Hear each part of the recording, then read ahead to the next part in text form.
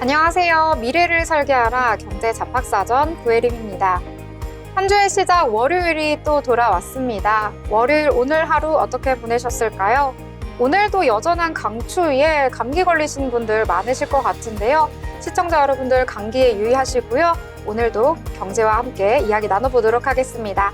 자, 오늘도 두 분의 아나운서와 함께 하도록 하겠습니다. 오늘은 정소희, 변주은 아나운서와 함께합니다. 여러분 안녕하세요. 안녕하세요. 네, 그러면 지난주 금요일 미증시 상황부터 체크하고 넘어가도록 하겠습니다. 이 뉴욕 증시는 인플레 우려와 함께 관세에 대한 우려까지 더해지면서 3대 지수가 모두 하락을 하면서 마감을 했는데요. 일단 미증시는 어떠한 분위기 속에서 진행이 되었는지 살펴보도록 하겠습니다. 자, 소희 아나운서, 지난주 금요일 미국 증시 어떻게 흘러갔을까요? 네, 우리 증시 살펴보기 전에 우리 지난주 금요일 뉴욕 증시 먼저 살펴보도록 하겠습니다. 지난 금요일 뉴욕 증시 3대 지수, 앵커님께서 말씀해 주신 것처럼 인플레이션 우려에 관세 부담까지 더해지면서 모두 하락으로 마감했는데요. 다우존스는 0.99% 하락한 44,303.40포인트로 종가 형성했고요. 나스닥도 1.36% 조금은 큰 폭으로 빠지면서 19,524.40포인트로 종가 형성했습니다. S&P 500도 마찬가지로 0.95% 거의 1% 가까이 빠지면서 6,000포인트 선에서 마무리됐습니다. 이날 뉴욕 증시는 상승으로 출발했다가 빠르게 하락 전환했는데요. 1월 실업률 지표가 4.0%로 전월 대비 1%포인트 하락한 점도 지수 하락의 원인이었고요. 또 소비자 심리 설문조사에서 1년 뒤 기대 인플레이션 결과가 4.3%로 전월보다 1%포인트 상승하면서 인플레이션 우려도 키웠습니다. 이렇게 급등한 건 매우 이례적인 결과이기도 한데요. 지난 14년 동안 1개월 사이에 기대 인플레이션이 1%포인트 이상 상승한 건 단 5번뿐이고요. 이번 결과는 작년 11월 이후 최고치이자 또 2개월 연속으로 큰 폭으로 상승한 결과이기도 합니다. 이런 지표들이 발표되면서 3대 지수 일제히 급락세로 전환했고요. 특히나 나스닥 지수는 상승세를 타다가 1시간 만에 1% 넘게 밀리는 모습 보여주기도 했습니다. 또 오후에는 트럼프 대통령이 상호 관세 조치를 발표하면서 시장에 하방 압력을 더했는데요. 이번 주 월요일이나 화요일, 그러니까 오늘이나 내일 회의 후에 발표할 계획이라고 밝혔습니다. 트럼프 대통령은 상호 무역이라고 얘기하기는 했는데 맥락상으로 봤을 때는 상호 관세를 의미하는 것으로 보이고요. 미국으로 들어오는 수입품에 대해서 수출국이 미국 제품에 부과하는 관세율만큼 세금을 부과하겠다라는 뜻입니다. 또 트럼프 대통령은 자동차를 대상으로도 관세를 고려 중이라면서 이 내용은 매우 중요한 문제라고 또 강조하기도 했습니다. 이런 소식들의 대형 기술주 중심으로 하락장이 연출됐는데요. 종목별로 좀 더 자세한 내용 살펴보도록 하겠습니다. 네, 먼저 M7 기업 전반적으로 붉게 물든 모습입니다. 마이크로소프트는 1.46%, 애플은 2.4% 밀렸고요. 아마존은 4.05% 크게 하락했습니다. 이 아마존의 경우에는 전날 장 마감 이후에 호실적을 발표하기는 했는데 1분기 실적 예상치를 실망스러운 수준으로 발표했습니다. 그러면서 4.05% 조금은 크게 떨어지는 모습이었고요. 또 구글의 모회사인 알파벳의 실적 실망감 여파가 계속해서 이어지면서 구글도 3.19% 빠지는 모습입니다. 테슬라도 3.39% 크게 하락했는데요. 지난달 유럽에 이어서 중국에서도 11.5% 판매량이 감소했다라는 소식 전했습니다. 그러면서 주가가 사흘째 약세를 보였고요. 테슬라가 이렇게 밀리다 보니까 전체적으로 전기차 관련주들 일제히 하락하는 모습이었습니다. 리비안과 루시드는 2%대 떨어졌고요. 월스트리트 저널에서 곧 파산을 신청할 것이라고 보도한 니콜라는 41.12% 조금 크게 급락했습니다. 네, 그나마 메타가 0.35%, 엔비디아가 0.9% 올라와 줬는데요. 엔비디아는 올랐지만 반도체 관련주들은 전반적으로 하락세였습니다. 브로드컴 2.81%, AMD도 2.36% 밀렸고요. 퀄컴, ADI, 인텔도 1% 안팎으로 떨어졌습니다. 네, 또 소프트웨어 애플리케이션도 전반적으로 좋지 않은 모습이었는데요. 그중에 우버만 급등했습니다. 이 차량 공유업체인 우버는 유명 헤지펀드 투자자인 빌 에크먼이 이끄는 퍼싱 스퀘어가 지분을 매입했다라는 소식 전해지면서 6.6% 크게 올라와 줬습니다. 다음으로 살펴보시면 금융주도 전반적으로 좋지 않은 모습 보였는데요. 골드만삭스, JP모건, 그리고 모건 스탠리는 이날 사상 최고치를 경신하기는 했지만 결국에는 하락으로 마감했습니다. 또 이렇게 전반적으로 뉴욕 증시가 전체적으로 부진한 흐름이었는데요. 다우지수 구성 30개 종목 중에 엔비디아와 비자, 코카콜라, 쉐브론만 강보합권에 머물렀고요. 나머지 종목들 모두 하락이었습니다. 이렇게 주요 기업들이 전체적으로 하락한 모습이었는데요. 또 블룸버그 통신은 현재 미국의 킹달러 현상, 그러니까 달러와 강세가 빅테크 기업들의 실적 전망을 어둡게 하고 있다고 분석하기도 했습니다. 예상치 못한 달러와 강세가 기업들 실적에 큰 타격을 주고 있다고 이야기하고 있고요. 실제로 골드만삭스 분석에 따르면 작년 4분기 실적을 발표한 S&P 500 지수 기업 중에 약 40%가 실적 설명회에서 환율을 언급한 것으로 나타났습니다. 이런 달러와 강세 현상과 관세 정쟁이 격화된다면 빅테크 기업들의 주가 충격은 더 커질 수밖에 없는 상황입니다. 네, 그렇다면 오늘 주요 지표도 함께 살펴보시죠. 오늘 장 마감 직전인 3시 기준으로 WTI 국제유가는 배럴당 71.51달러로 0.71% 오른 모습이고요. 국제 금가격도 0.59% 상승하면서 2,904.70달러로 형성됐습니다. 환율은 오늘 조금 떨어졌는데요. 0.44% 하락하면서 1,451원 40전으로 마감했습니다. 네, 이미 1월 또 이번 주 미국 증시에서는 챙겨봐야 될 일정들이 조금 많습니다. 가장 중요한 건 12일 수요일에 발표될 미국 1월 CPI 지수인데요. 로이터 통신은 1월 CPI가 전월 대비 0.3% 올랐을 것으로 예상하고 있고요. 지난해 12월보다는 둔화했을 것으로 전망하고 있습니다. 이미 1월 고용보고서에서 1월 시간당 평균 임금이 0.5% 올랐기 때문에 여기에 CPI까지 높은 상승률을 보인다면 인플레이션 우려가 더 커질 수밖에 없는 상황입니다. 어떤 결과가 나올지 주목해 봐야겠고요. 또 앞서 말씀드린 것처럼 오늘이나 내일 트럼프 대통령의 관세 발언이 나올 수 있는 상황이기 때문에 이 부분도 함께 주의 깊게 살펴봐야겠습니다. 또 내일과 모레에는 파월 의장의 의회 증언이 예정되어 있는 상황이고요. 13일에는 PPI 지수도 발표될 예정입니다. 이번 주에도 저희와 함께 하시면서 투자에 필요한 정보들 체크해 가시기 바라겠습니다. 지금까지 미증시 마감 시황이었습니다. 네, 오늘 장에서는 미국 증시에서 이슈가 되었던 내용들 고스란히 전해졌습니다. 특히 트럼프 대통령의 관세 전쟁, 이에 따라서 국내 증시에서도 오르는 테마, 내리는 테마 확연하게 나뉘게 됐는데요. 이 관세 이야기 계속 나왔었는데 지난주 금요일부터 계속해서 나왔던 것은 바로 상호 관세입니다. 처음 들어보시는 분들도 계셔가지고요. 조금은 생소할 수도 있겠는데요. 이른바 보복의 관세를 취하는 그러한 내용이다라고 보실 수가 있겠습니다.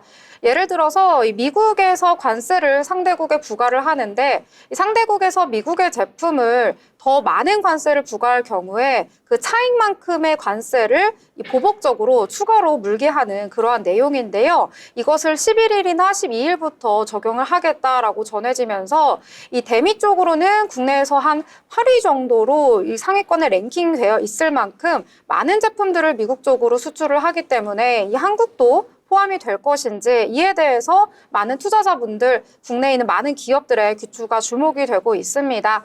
이에 따라서 관세 전쟁에서 피할 수 있는 테마들 많은 분들이 오늘 주목을 해주셨는데요. 이와 관련된 내용을 한번 전해드리도록 하겠습니다. 자, 주은 아나운서 어떤 내용을 전해주실 건가요? 네, 오늘 도널드 트럼프 미국 대통령의 상호 관세 이슈로 반도체, 자동차, 그리고 철강 이렇게 관련주들이 모두 약세를 보이고 있는 가운데 오름세를 보였던 종목을 찾아왔습니다.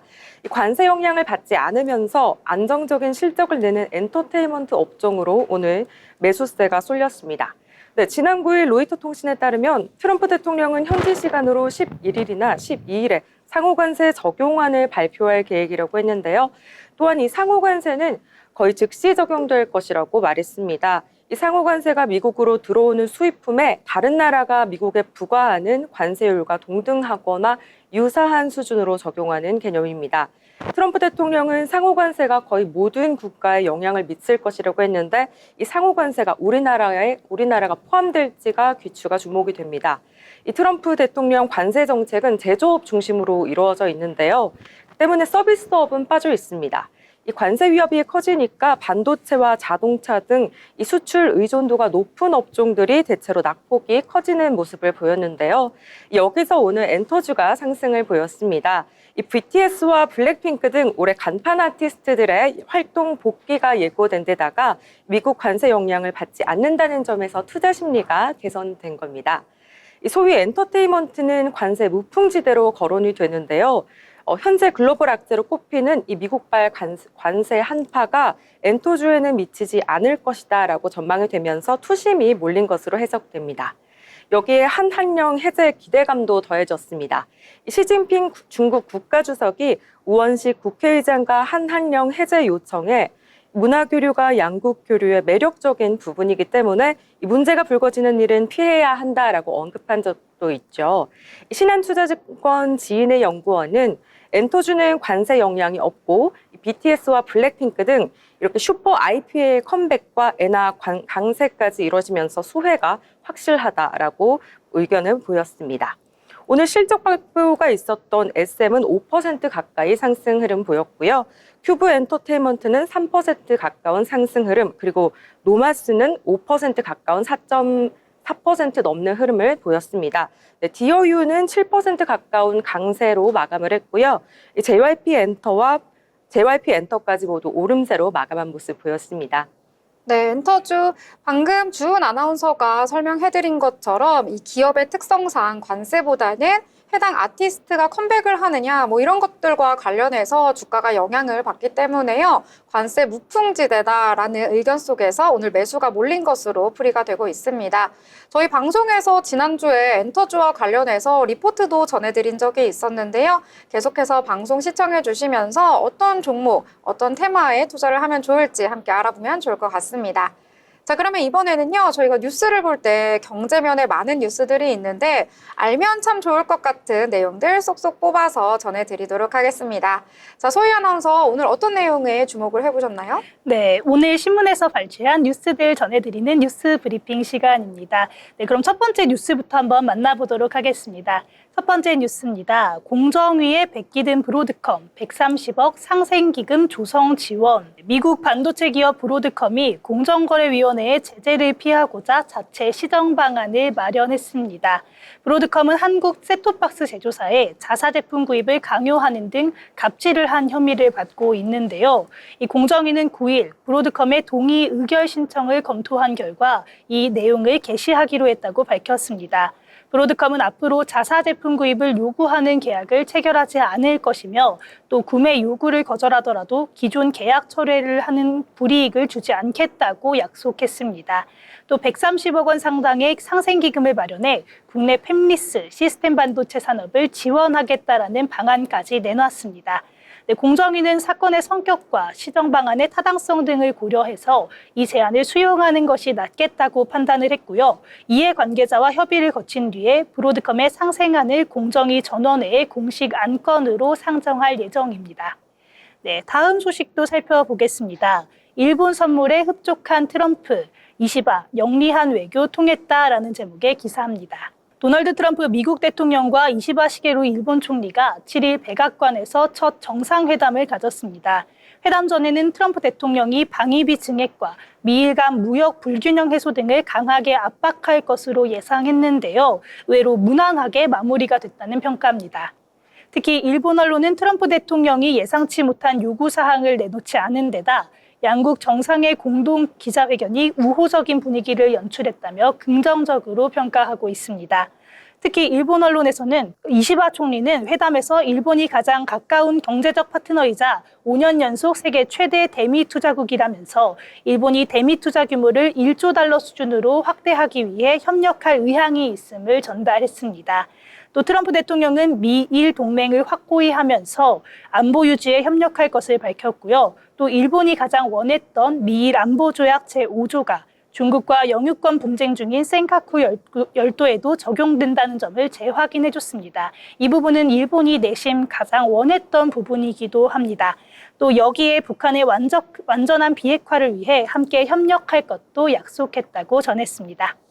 네, 다음 기사입니다. 너무 올랐나? 월가에서 M7 회의론 확산. 최근 월가에서는 빅테크 기업들의 성장세 둔화와 과도한 AI 투자를 의심하는 목소리가 거센 상황입니다. 빅테크 기업들의 주가가 지지부진한 사이 M7 기업을 뺀 S&P 500의 수익률이 오히려 더 좋았다는 분석입니다. 금융투자업계에 따르면 지난해 4분기 M7 기업의 이익 성장률 추정치는 4개 분기 연속 감소한 22%였습니다. 성장률은 둔화했는데 M7 기업들은 AI 투자 등 자본 지출을 더 확대할 전망이라고 밝혔습니다.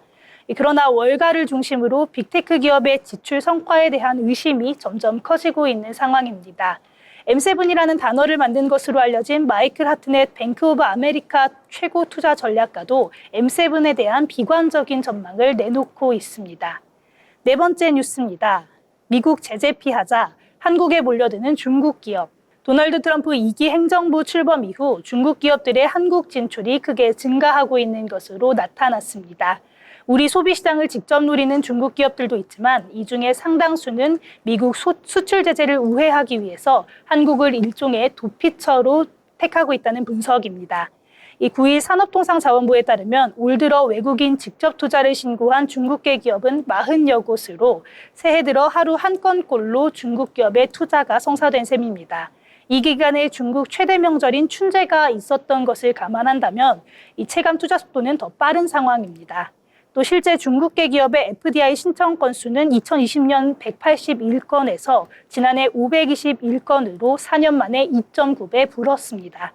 투자 금액도 1년 만에 2.5배 급증했는데요. 전문가들은 중국의 자본 투자는 반가운 일이지만 이런 투자가 도널드 트럼프 대통령의 통상 압박 수단으로 쓰이지 않도록 미리 제도를 정비해야 한다고 이야기하고 있습니다. 마지막 뉴스입니다. K배터리 3사 사상 최대 적자 허덕, 일본과 중국은 흑자 휘파람이라는 제목의 기사입니다.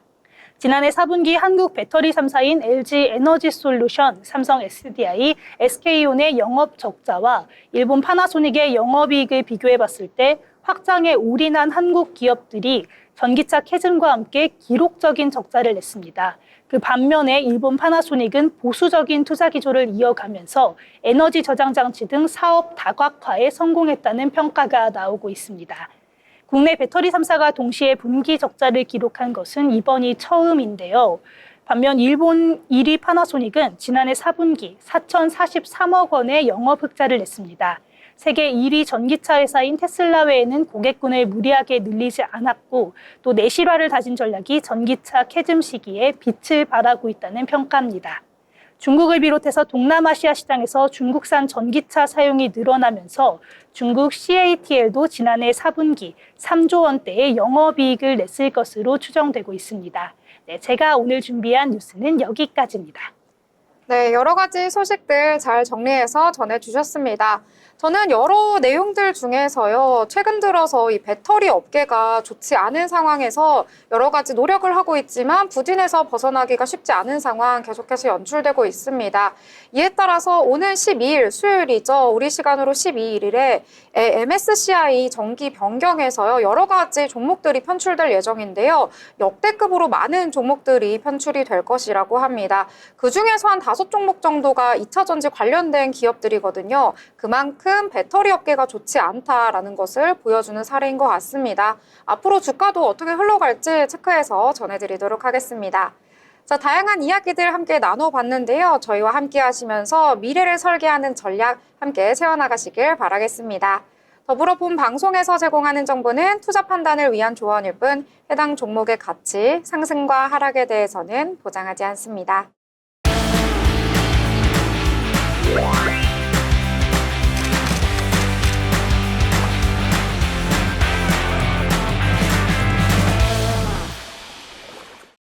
네, 이번 시간은 전국의 축제, 전시, 하프를 알아가는 시간이죠. 어디 갈까 시간입니다.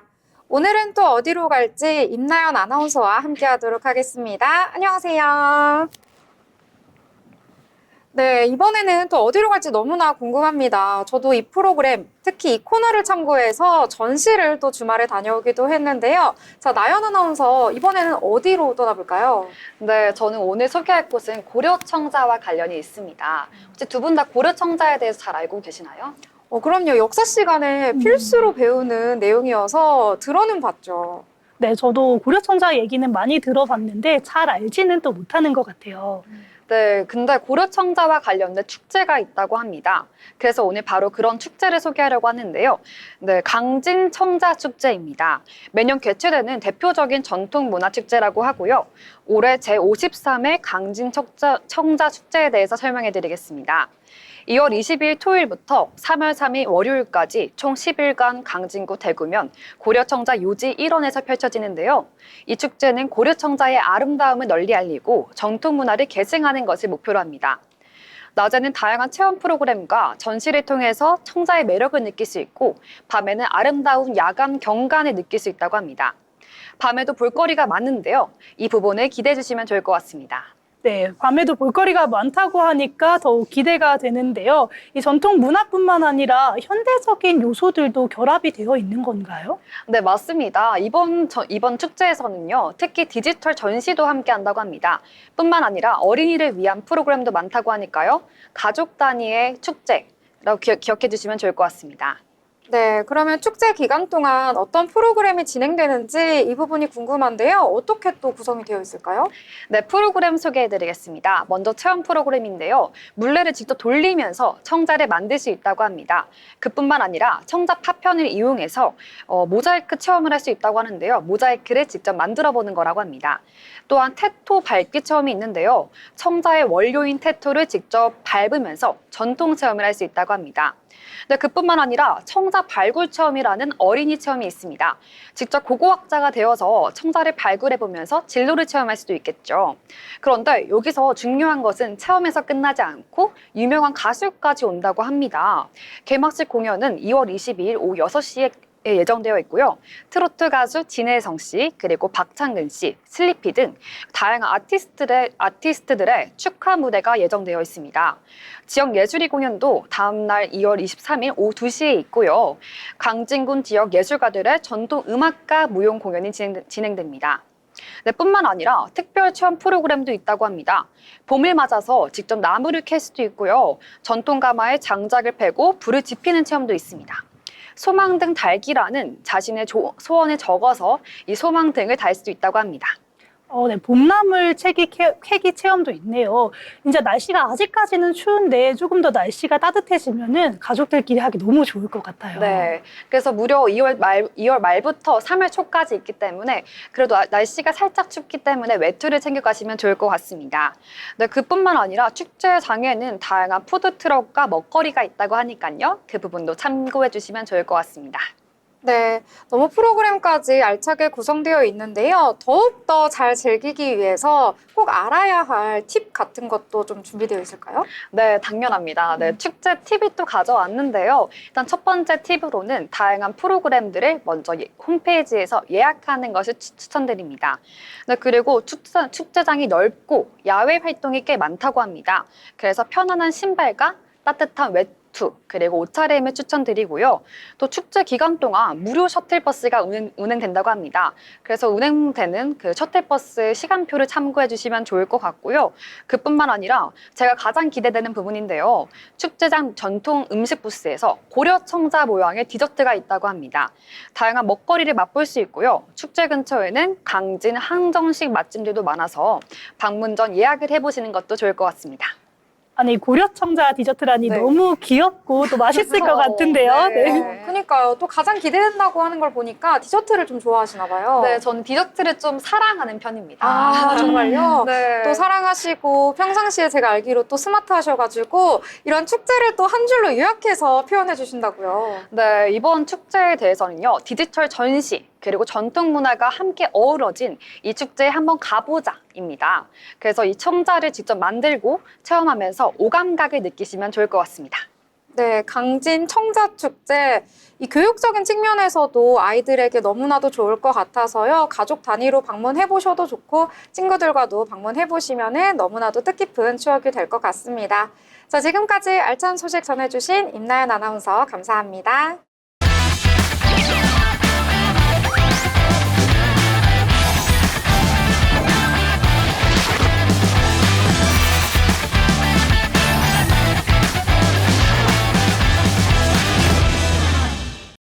네, 이번 시간은 고수가 되고 싶은 아나운서들이 모여서 경제 이야기, 주식 이야기 함께 나눠보도록 하겠습니다. 자, 그 전에 일단 국내 증시 어떤 분위기 속에서 흘러갔을지 확인을 하고 이야기 나눠보려고 하는데요. 오늘은 변주연 아나운서가 소개해드리도록 하겠습니다. 네, 한 주의 첫 거래일인 월요일장이 마감했습니다. 트럼프 대통령의 상호 관세 카드로 이 미증시와 커플링되는 모습을 보였던 우리 증시도 영향을 받아서 변동성을 보일 것으로 생각되는데요. 그럼 오늘장 어떻게 마감됐는지 함께 살펴보도록 하겠습니다. 네, 지수 흐름부터 보시겠습니다. 네, 코스피 지수 오늘 약세 시작했습니다. 0.45% 하락 시작하면서 오늘 장중 최저 2,500선이 깨지는 모습도 보였는데요. 오늘 0.03% 약보합권에서 마감했습니다. 네, 상승 종목은 400개 그리고 하락 종목은 450개 정도 비등한 모습을 보였습니다. 이어서 코스닥 지수도 살펴보시겠습니다. 네, 코스닥 지수도 역시나 하락 출발했습니다. 네, 코스닥 지수 0.37% 약보합권에서 출발했고요. 최저 735선까지 떨어지는 모습 보였는데요. 점차 오름세 찾아가면서 749선에서 상승 마감했습니다. 네, 이어서 수급 동향도 함께 살펴보시겠습니다. 네, 먼저 코스피 수급입니다. 기관과 외국인이 매도 우위 보인 모습이고요. 개인과 외국인이 동반 매도 우위 보인 모습이고요. 기관이 홀로 매수 우위 보였습니다. 기관이 2,606억 원 담아냈고요. 외국인이 2,771억 원 팔아냈습니다. 네, 외국인은 운송장비 위주로 매도했고요. 기관은 전기전자 위주로 사들였습니다. 네, 코스닥에서는 외국인과 기관이 동반 팔자세 보였고요. 개인이 홀로 매수 우위 보였습니다. 개인이 1,332억 원 사들였고요. 외국인은 1,069억 원 팔아냈습니다. 네, 개인은 운송장비 위주로 매수했고요. 외국인은 제조업과 기계장비 위주로 매도를 보였습니다. 이어서 시가총액 상위 종목도 함께 살펴보시겠습니다. 네, 먼저 코스피 시가총액 상위 종목입니다. 전반적으로 혼조세 보이면서 마감을 했는데요. 삼성전자와 SK하이닉스 반도체 투톱 오늘 엇갈리는 희비를 보였습니다. 삼성전자 오늘 강세 마감했습니다. 3.54% 오름세 보였는데요. 55,000원대에서 마감했습니다. 삼성전자가 오늘 유창 ENC와 AI 스마트 모듈러 건축 시장 확대 모후 체결 소식이 들려왔는데요. 이 때문에 강세 마감한 것으로 보입니다. 네, 이어서 에너지 솔루션 오늘 제주 한림 해상 풍력단지의 재생에너지 입찰 소식이 들려왔습니다. 이 때문에 3.13% 오름세 보이면서 34만 6천 원대에서 상승 마감했습니다. 현대차와 기아차는 하락 마감했습니다. 이어서 코스닥 시가총액 상위 종목도 살펴보시겠습니다. 코스닥 시가총액 상위 종목도 전반적으로 혼조세 보이면서 마감했는데요. 파란불 켜낸 종목들이 더 우세했습니다. 오늘 에코프로비엠과 에코프로 형제가 엇갈리는 모습 보였습니다. 에코프로비엠은 약보합권에서 마감했고요. 에코프로는 강보합권에서 마감했네요. 레인보우 로보틱스가 차익 실현 매물을 쏟아낸 것으로 보입니다. 8.16% 하락 마감하면서 37만 7천 원대에서 종가 형성했습니다. 리노공업 같은 경우에는요 5.10%로 강한 오름세 보였는데요. 오늘 소켓 수요 부진 리스크를 해소하는 국면에 진입해서 목표가를 조정했습니다. 22만 원에서 28만 원으로 상향 조정되면서 오늘 오름세 마감했습니다. 네, JYP 이슈죠. 네, 오늘 엔터주 흐름이 좋았던 관계로 JYP 엔터테인먼트도 1.42% 강세 보이면서 78,800원에 상승 마감했네요. 네, 오늘 시황 마감하도록 하겠습니다. 네, 오늘장 잘 정리를 해주셨습니다. 이 미증시 같은 경우에는 지난주 금요일에 3대 지수가 모두 하락을 하면서 마감을 하면서 국내 증시까지도 이런 분위기가 이어지지 않을까 우려 섞인 시선들이 많았는데요. 오늘장 같은 경우에는 하락 출발하긴 했습니다만 장중에 상승 전환하려는 시도가 계속해서 나타나면서 그래도 낙폭을 많이 줄이면서 마감을 하는 모습 나타났는데요. 일단 코스피 같은 경우에는 전거래일 대비 0.03% 약보합선에서 마감을 했습니다. 장중에 계속해서 등락을 보이기는 했었는데요. 결국에는 하락 마감하면서 2,521선에서 마감하는 모습 나타나줬고요. 코스닥 같은 경우에는 그래도 오늘 플러스권에서 마감을 했습니다. 전거래일 대비 0.91% 상승하면서 749선에서 마감을 했는데요. 하락 출발을 하긴 했습니다만 장중에 상승 전환에 성공을 했습니다. 이 트럼프의 상호 관세가 국내 증시까지는 영향을 미치지 못하는 모습 나타나줬는데요. 이 한국과 미국이 FTA를 맺으면서 이 관세에 대한 우려가 적을 것으로 풀이가 되는 모습 나타나줬습니다. 시가총액 상위 종목들도 함께 살펴보시면은요, 오늘 장에서는 혼조세 보인 모습 나타났습니다. 특히 반도체 투톱 같은 경우에는 엇갈린 모습 보여줬는데, 삼성전자 같은 경우에는 오늘 장중에 약세 보이다가 플러스로 전환하면서 마감하는 모습 나타나줬고요. 완성차 업체들 오늘은 하락하는 모습 나타나줬고, 이 밖에도 몇몇 종목들만이 빨간불 켜면서 마감하는 모습 확인하실 수가 있습니다. 코스닥 같은 경우에는 대부분의 종목들 파란불 켜는 모습 보여줬는데요. 오늘 같은 경우에는 2차 전지 대장주들 엇갈린 모습이 나타났고요. 아까 주은 아나운서가 말씀해 주셨다시피 오늘 로봇주가 굉장히 강세를 보였는데 레인보우 로보틱스는 그동안 주가가 너무 잘 달려줬기 때문에 오늘 차익 실현 매물이 나오면서 하락 마감을 했다라고 보실 수가 있을 것 같습니다. 자, 오늘 장에 대해서 전반적으로 함께 살펴봤는데요. 자, 그렇다면 어떤 테마가 오늘 강세를 보였고 어떤 종목이 급등을 했는지 함께 알아보도록 하겠습니다. 자, 소희 아나운서는 어떤 내용에 오늘 주목해 보셨나요? 네, 제가 오늘 가져온 종목 바로 유리기판입니다. 우리 지난주부터 뜨겁게 달군 테마가 바로 유리기판이었죠. 삼성전자의 유리기판 시장 진출 소식이 전해지면서 투자자들의 관심이 몰렸는데요. 이 자세한 내용 제가 다음 시간에 리포트로 또 준비해왔으니까요. 더 자세한 내용도 알아보도록 하고요. 먼저 오늘 특징주로 꼽은 PI는 올해 신규 상장한 종목이기도 합니다. 지난 4일에 코스닥 시장에 상장했고요. 유리기판을 검사하는 솔루션을 보유하고 있는 회사입니다. 자체 개발한 인공지능을 기반으로 검사를 진행하고요. 또 소프트웨어 기술력을 바탕으로 반도체용 유리판 등 초정밀 제조 공정에서 품질 안정 및 생산성 극대화의 필수적인 솔루션을 제공하는 것으로 알려졌습니다. 이 PI도 오늘 개장 이후부터 급등해가지고요. 장중에 거의 30% 가까이 올랐고요. 특히나 외국인들이 2만 주 이상 많이 사들이면서 상한가 기록해줬습니다. 힘을 잃지 않고 끝까지 달려주면서 29.92% 오른 7,640원으로 종가 형성했습니다. 역시나 유리기판의 테마에 뜨거운 관심을 보여주는 PI였습니다. 네, 오늘 장에서도 지난주 금요일에 급등세 보였던 유리기판 관련주들 오늘 장에서도 전체적으로 강세를 보여주는 모습 나타나줬습니다. 지난주 금요일에 이어서 연속성 있는 모습 나타나고 있는데 오늘 같은 경우에는 그 차별점이라고 해야 될까요? 그러한 부분들은 기존의 유리기판 전체적인 종목들 중에서 선발주자보다는 오늘 후발주자들이 전체적인 강세를 보였다라고 보실 수가 있겠습니다. 그동안 많이 올라줬기 때문에 투자자분들이 지금 진입하기에는 조금은 리스크가 있어서 후발주자인 조금은 작은 종목들에 투자를 하지 않았나라는 전문가들의 의견도 있더라고요. 함께 살펴보시면서 투자에 유의하시길 바라겠습니다. 자, 그러면 또 다른 내용들 함께 이야기 나눠보려고 하는데요. 자, 오늘 장에서 또 강세를 보인 내용들이 있습니다. 자, 주은 아나운서 어떤 내용일까요? 네, 오늘 장에서 가장 강했던 테마, 오늘 장의 주인공은 아마도 로봇주가 아닐까 싶습니다.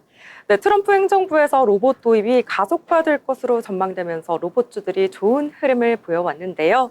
최근 테슬라가 휴머노이드 로봇 옵티머스 생산을 준비하면서 대규모 채용 시동에 나선 가운데 테슬라의 부품 공급사인 DIC가 로봇 관절 시제품 테스트를 완료했다는 소식이 전해졌습니다. 또 샘 울트먼 오픈AI CEO가 최근 한국을 방문해서 한국 기업들과 AI 협업에 관해서 논의했습니다. 로봇공학에 큰 관심을 갖고 있다고 밝혀서 뜨거운 관심을 받은 바도 있는데요. 이런 가운데 오늘 개별 기업들의 호재도 쏟아졌습니다. SK그룹이 인공지능 AI 로봇 사업을 본격화하겠다고 밝혔는데요. SK그룹은 계열사 간 협력을 통해서 생산 효율성을 극대화하는 인텔리전트 팩토리 구축의 로봇 기술을 활용할 계획이라고 밝혔습니다. 이 SKU는 로봇 기술 도입을 통한 생산력 제고를 위해서 지난해 유일 로보틱스에 367억 원 가까운 지분을 투자한 바 있는데요. 최태원 SK그룹 회장은 계열사 간의 협력을 통해서 휴머노이드 로봇 사업의 진출을 본격화하겠다고 밝혔습니다. 네, 여기에 휴림 로봇이 자율 이동 로봇 시장 경쟁력 강화를 위해서 최근 중국 오마크사와 모우를 체결했다는 소식도 들려왔습니다. 이 같은 장밋빛 전망에 오늘 유일 로보틱스와 휴림 로봇 관련주가 급등세를 보였습니다. 네, 오늘장 유일 로보틱스는 장 초반 상한가로 직행하는 모습도 보였는데요. 오늘 종가는 19% 상승하면서 마감했습니다.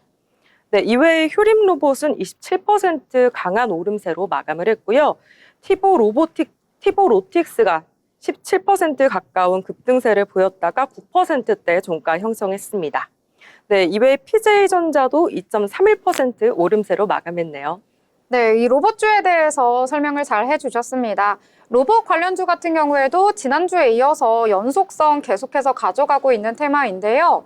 대기업이 로봇에 관심을 보이니까요. 이 작은 기업들 주가가 급등하고 있는 것 같습니다. 오늘 전반적으로 온기가 돌았던 테마인데요. 또 열심히 저희가 체크해서 소식 전해드리도록 하겠습니다. 자, 저는 오늘 장에서 2차 전지 대장주들은 좀 쉬어가는 흐름 나타났는데요. 작은 부분 전고체 배터리 쪽은 오늘 강세를 보여서 소개를 해드리려고 합니다. 이 현대차 그룹으로부터 전해진 소식이 있었는데요. 이 전고체 배터리 자체 개발에 현대차 그룹이 박차를 가하고 있는 중입니다. 자, 그래서 전고체 배터리 파일럿 라인을 다음 달 본격 가동할 것이다 라는 내용이 전해졌는데요. 이 전고체 배터리 같은 경우에는 꿈의 배터리다라고 불리기도 합니다.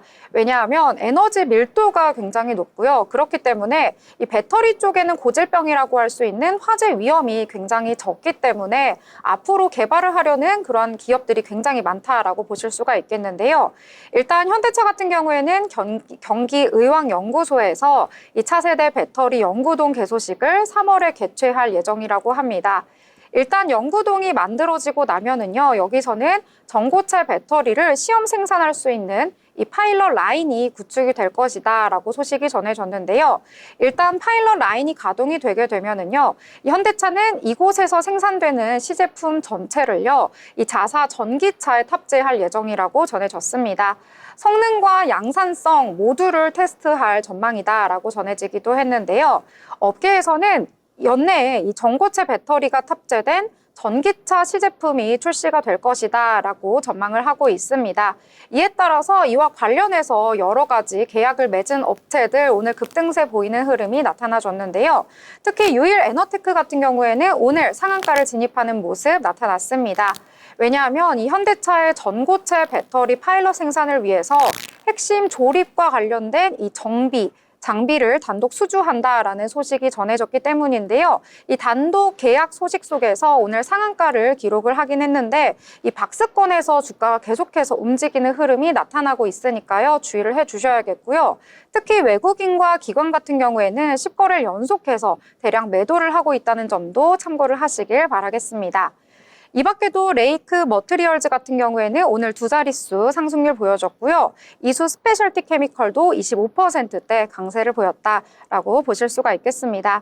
이 밖에도 한농화성도 10%대, 대주전자재료도 3%대 상승하면서 전체적으로 2차 전지 안에서 이 전고체 배터리 관련주들은 오늘 장에서 강세 보였다. 이렇게 정리를 해볼 수 있을 것 같습니다. 자, 그 다음에는요, 또 다른 내용들 함께 전해드리려고 하는데요. 오늘 바이오 쪽에서도 이슈가 있어서 전해드리려고 합니다. 자, 소희 아나운서 어떤 내용이죠?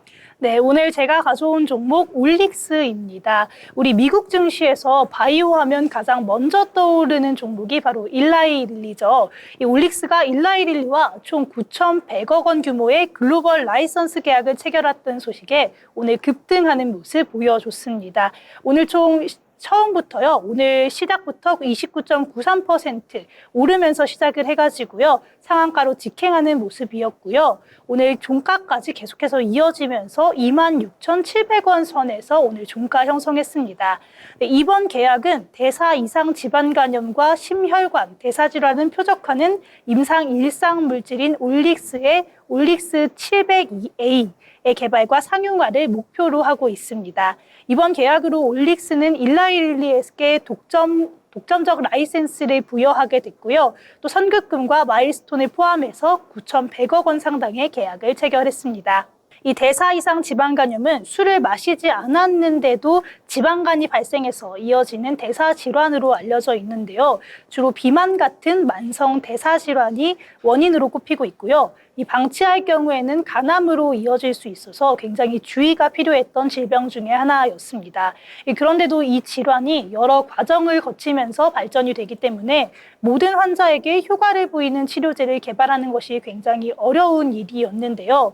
이번에 올릭스가 이 약물을 개발하고 또 일라이 릴리와 계약을 체결하고 더 개발할 것이다라는 소식이 전해지면서 오늘 개장부터 바로 상한가로 직행했습니다. 네, 오늘 쭉 좋은 모습을 보여줬고요. 이 흐름이 언제까지 이어질지 한번 체크해 보시면 좋겠습니다. 네, 올릭스 일라이 릴리와 계약을 체결했다라는 소식 전해졌고요. 이와 관련해서 비만 치료제도 오늘장에서 강세 보였거든요. 참고하시면 좋을 것 같습니다. 자, 그리고 소희 아나운서가 오늘 이 유리기판에 대해서 아까 소개를 해주셨는데 이와 관련한 또 리포트를 봐주셨다고요? 네, 맞습니다. 오늘 투자에 도움이 될 만한 리포트 준비한 내용 바로 유리기판 소식입니다. 네, 오늘 제가 준비한 내용, 우리 지난주 금요일부터 시장을 뜨겁게 달구는 유리기판, 그리고 오늘은 유리기판 소식 이모저모라는 내용의 유진투자증권 리포트 준비해봤습니다. 우리 2월 6일에 삼성전자가 유리기판 시장에 본격적으로 진출하겠다라는 소식을 전했습니다. 그러면서 시장에 전반적으로 기대감이 확산을 했고 또 유리기판 관련주들의 주가도 급등해줬는데요. 유리기판은 전기 신호 전달 속도, 또 전력 효율 같은 면에서 기존 기판에 비해 훨씬 우수한 성능을 보이고 있습니다. 그래서 꿈의 기판이라고도 불리기도 하는데요. 그래서인지 최근 글로벌 반도체사들이 앞다퉈서 유리기판 개발에 나서고 있기도 합니다. 이 삼성전자도 처음으로 유리기판 생산 소식을 전했는데요. 현재 소부장단 회사들과 협력을 추진하고 있는 것으로 알려졌고요. 삼성 반도체 사업부 주도로 논의가 진행 중이고 또 삼성만의 독자적인 공급망을 구축할 계획이라고 전했습니다.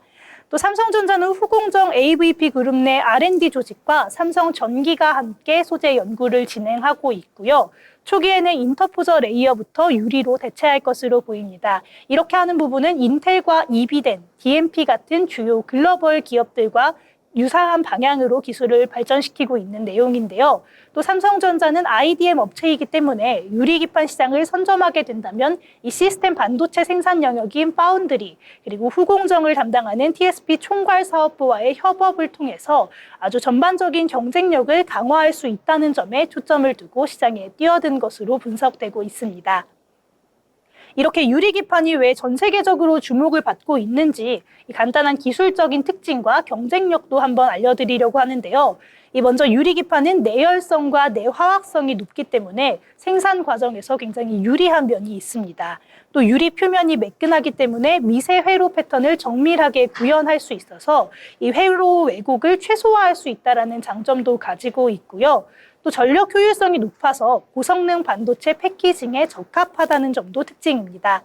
여기에 더해서 얇은 두께이기 때문에 칩 크기를 줄이고 또 집적도 향상에 기여할 수 있다는 점이 유리기판의 특징이자 경쟁력이라고 할 수 있겠습니다. 현재 유리기판 시장에는 되게 다양한 글로벌 기업들이 진출해 있는데요. 주요 업체들도 한번 소개해드리겠습니다. 먼저 유리 소재사를 보시면요. 세계 3대 유리기판 생산 업체라고 할 수 있는 미국의 코닝, 일본의 아사히 글라스 컴퍼니, 또 니폰 일렉트릭 글라스가 있고요. 유리기판 제조사도 한번 보시면요. 인텔이 있었습니다. 이 인텔은 글라스코어 서브스트레이트 구조의 선두주자라고 할 수 있겠는데요. 현재 인텔이 타겟으로 하는 시장은 데이터 센터 그리고 AI 분야입니다. 이미 미국 애리조나에 1.3조 원 규모의 유리기판 연구 개발 라인을 구축하고 있고요. 관련 특허를 이미 600건 이상 냈기 때문에 기술적으로 봤을 때 가장 선두에 있는 기업이라고 볼 수 있겠습니다. 2026년부터 대량 양산에 돌입하고 2030년에는 상용화를 한다는 타임라인을 공개했기 때문에 올해부터 관련 장비 퀄 테스트를 거의 끝내고 라인 구성에 돌입한 것으로 보입니다. 네, 이어서 이런 인텔의 대항마로 이제 삼성전자가 떠오르지 않을까 싶은데요. 이 삼성전자가 삼성전기와 함께 유리기판 시장에 진입했습니다. 삼성전자는 현재 세종 사업장에 파일럿 라인을 구축을 했고요. 올해 샘플을 공급하고 2026년에는 대량 양산을 할 것이라는 계획을 내놨는데요. 특히 이런 기업에 소재와 장비를 납품하거나 가공 서비스를 제공하는 업체들의 성장성을 주목해 봐야 하는 시점입니다. 먼저 코스피 상장주로는 SKC가 있는데요. 앱솔릭스를 자회사로 갖추고 있는 SKC는 어느 정도 유리기판 생산 시설을 이미 갖추고 있고 이미 유리기판을 공개한 기업이기도 합니다. 다른 기업들은 아직까지 유리기판의 실체를 공개하지 않았다는 점과 대비해 본다면 굉장히 특징을 가지고 있는 기업인데요. 또 이렇다 보니까 코스닥 상장사도 이 소비 소재 장비 공급사로 굉장히 많이 자리하고 있습니다. 필옵틱스, 주성 엔지니어링, 이오테크닉스, 아바코, 솔브레인 같은 기업이 있고요. 이 중에서 필옵틱스는 TGV 형성 장비와 레이저 절단 장비 같은 4개의 장비 라인업을 구축하고 있고 이미 일부 장비는 샘플을 납품한 상황입니다. 대형 기판 고객사를 확보하고 있기 때문에 국내 장비사들 가운데서는 가장 선제적으로 유리기판 이 장비에 대응하고 있는 것으로 볼 수 있겠습니다. 이렇게 오늘 유리기판 종목에 대해서 조금 자세히 알아봤는데요. 유리기판은 이번 2025 CES 때도 굉장히 주목을 받았던 테마였습니다. 본격적으로 양산이 시작되고 이 기업들의 이득으로 이어질 수 있다라는 전망이 나오면서 이제는 테마주를 넘어섰다는 평가까지 나오고 있는 유리기판입니다. 이 시장 조사업체 마켓앤마켓에 따르면 전 세계 유리기판 시장 규모는 2023년 71억 달러에서 2028년에는 84억 달러로 18%가량 확대될 전망이라고 분석하고 있습니다. 다만 현재 유리기판 관련주로 꼽히는 종목들 중에 크게 연관성이 없는 종목들도 꽤나 있는 상황이기 때문에요. 이런 종목들은 완벽한 테마주라고 볼 수 있기 때문에 투자에 유의하시는 편이 좋고요. 시가총액이 너무 작은 종목들은 투자 판단을 잘 하셔서 투자하시면 좋겠습니다. 네, 지금까지 투자 리포트 시간이었습니다. 네, 유리기판에 대해서 잘 리포트 정리해 주셨습니다. 자, 기판 얘기가 나오다가 유리기판까지 얘기가 나왔는데요. 언제 한번 좀 자세히 정리를 하면 좋겠다라고 생각을 했는데 이번에 리포트 정리를 해 주셨으니까 잘 들어보시고 투자에 참고하시면 좋을 것 같습니다. 자, 더불어 본 방송에서 제공하는 정보는 투자 판단을 위한 조언일 뿐 해당 종목의 가치, 상승과 하락에 대해서는 보장하지 않습니다.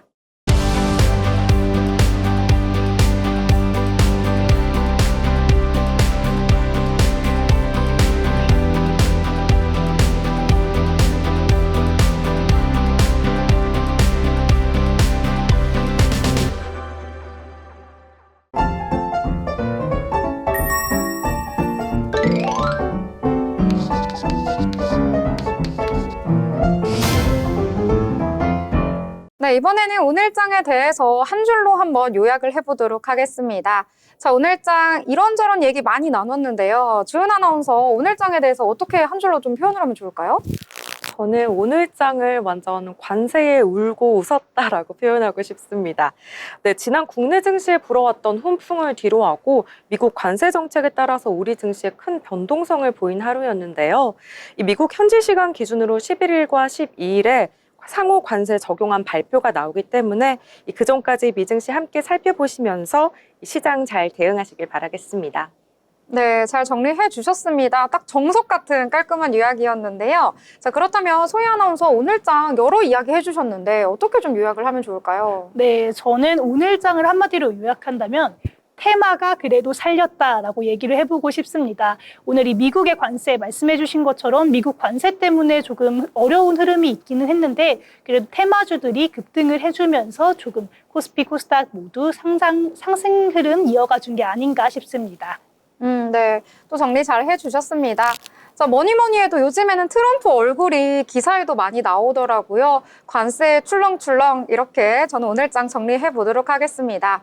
자, 저희 방송 끝나고요. 미증시도 시작이 되니까요. 함께 지켜보시면서 내일장에 대한 예상, 투자 전략 함께 세워보시길 바라겠습니다. 저희는 내일 방송으로 다시 찾아뵙도록 하겠습니다. 시청해주신 여러분 고맙습니다.